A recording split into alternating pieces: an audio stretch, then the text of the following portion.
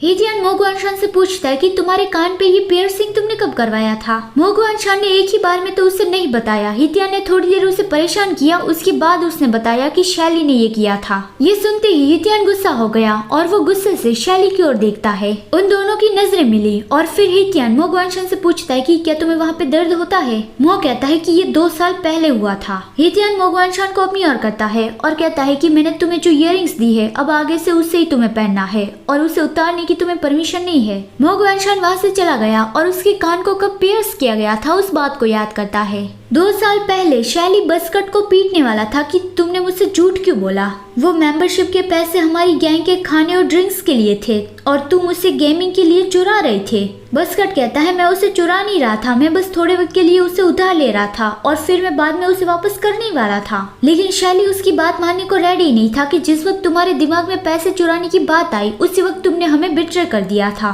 कुछ तो मुझे करना ही पड़ेगा ताकि तुम्हें ये हमेशा याद रहे। बसकट कहता है नहीं ऐसा मत करना, मैं मानता हूँ कि मैंने गलती की थी। लेकिन शैली कहता है कि मुझे तुम्हारी स्किन पर कोई निशान छोड़ना पड़ेगा ताकि तुम्हें ये हमेशा याद रहे। मो उसे रोकने चाहता है कि उसने अपनी गलती मान ली है तो फिर उसके साथ ऐसा मत करो। शैली उसकी ओर देखता है और कहता है कि लाल तू उसकी मदद क्यों कर रहा है, वो चोर है और तुम उसकी मदद कर रहे हो, क्या तुम भी मुझे बिट्रे करना चाहते हो। वो मो गुआनशान को धक्का देने लगा तो मो कहता है कि हम बात करके इस मैटर को सॉल्व कर सकते हैं। लेकिन शैली ने उससे दीवार की ओर पुश किया और एक दूसरे लड़के ने भी उसके हाथ पकड़ के रखे। शैली उसे कहता है कि तुम मुझसे भागना चाहते हो, क्या तुम ये भूल गई कि मैंने तुम्हें बचाया था। मो कहता है कि नहीं मैं नहीं भूला हूँ। शैली के पास एक पुश पिन था, उसने वो दीवार पे घिस डाला जिससे उसकी शार्पनेस चली गई और उस पुश पिन से उसने मो गुआनशान के कान को पियर्स किया था। शार्पनेस कम हो तो ज्यादा दर्द होता है, इसलिए शैली ने पहले वो घिस डाला और कहा कि अगर तुम इस दर्द को सहन कर पाए तो फिर मैं तुम्हें जाने दूंगा। तो ये थी पियर्सिंग वाली बात। उस बात को याद करके मो गुआनशान हितियान के पास आया और कहा कि तुमने पहले मुझे जो स्टड्स दिए थे उसे मैं स्कूल पे नहीं पहन सकता, अगर टीचर ने मुझे देख लिया तो फिर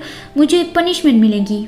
और वो हितियान की ओर देख के कहता है कि तो हितियान मुझे प्योर ब्लैक स्टड्स दो। पहली बार मो गुआनशान ने हितियान से कुछ मांगा है तो फिर हितियान के चेहरे पे एक अलग सी चमक आ गई। मो कहता है कि हालांकि मैं वो डिसाइड करूंगा कि मुझे वो पहनना है या नहीं, तुम मुझे कंट्रोल नहीं कर सकते। हितियान तुरंत ही उठ के उसे गले लगा लेता है और उसके नेक पर बाइट भी करने लगा तो मो का चेहरा लाल हो गया। वो कहता है कि ये तुम क्या करे हो। वो हितियान को दूर करता है कि छोड़ो मुझे, आखिर तुम्हारी प्रॉब्लम क्या है। हितियान उसका हाथ पकड़ के उसे अपने साथ ले जाने लगा। मो कहता है कि हे हम कहाँ पे जा रहे हैं। हितियान कहता है तुम्हारे लिए इयररिंग्स लेने।